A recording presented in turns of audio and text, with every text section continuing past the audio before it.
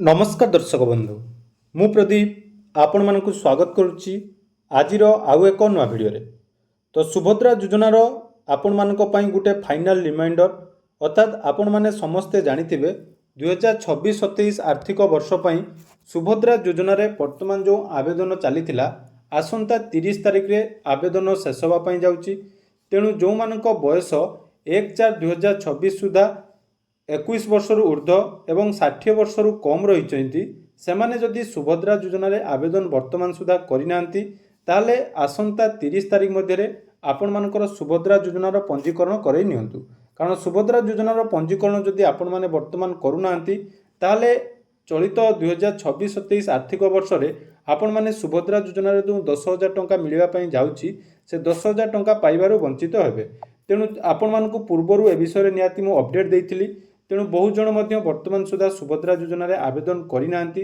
आपण मानकर परिवार रे जदि कोनोसी झियो वर्तमान 21 वर्ष रु 60 वर्ष मध्य रही ताले तार आवेदन आपण माने करई नियंतु। एवं आवेदन करिबा समय रे आपण मानकर देखंतु जोटा कि एलिजिबल क्राइटेरिया मध्य रे डेट ऑफ बर्थ को नहीं आपण मानकर कन्फ्यूजन निहाती थिबो। तेणु कन्फ्यूजन दूर करी वर्तमान देखंतु एटी क्लियरली मेंशन करा जायछि जो मानकर बयस 2/4/1966 रु 1/4/2005 मसीहा मध्य हेइथिबो सेमाने सुभद्रा योजना रे आवेदन करि परिबे। एवं आवेदन कला परे चलित वर्ष पई तांकर 10,000 टंकार सहायता राशि प्रदान करा जिवो।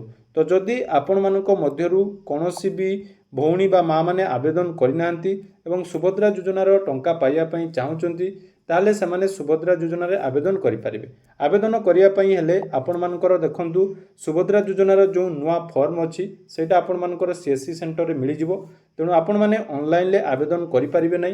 या पई आपण मानकु सीएससी सेंटर बा मो सेवा केंद्र को जिबा पई पड़िबो। तो मो सेवा केंद्र बा सीएससी सेंटर को गला परे आपण मानकर सुभद्रा योजनार जो फॉर्म रही नुआ फॉर्म से फॉर्म आपण माने फिलअप करेंगे।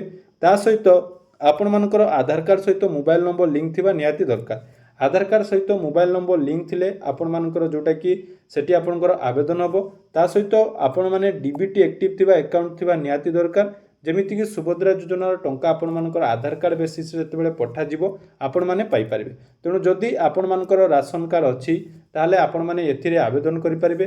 जदि भी राशन कार्ड नहीं ताले मध्य आपण मानकर आवेदन नहीं पारिबो। किंतु परिवारर आर्थिक वार्षिक आय जोटा कि 2,50,000 टंका कम थिबा निहाती आवश्यक।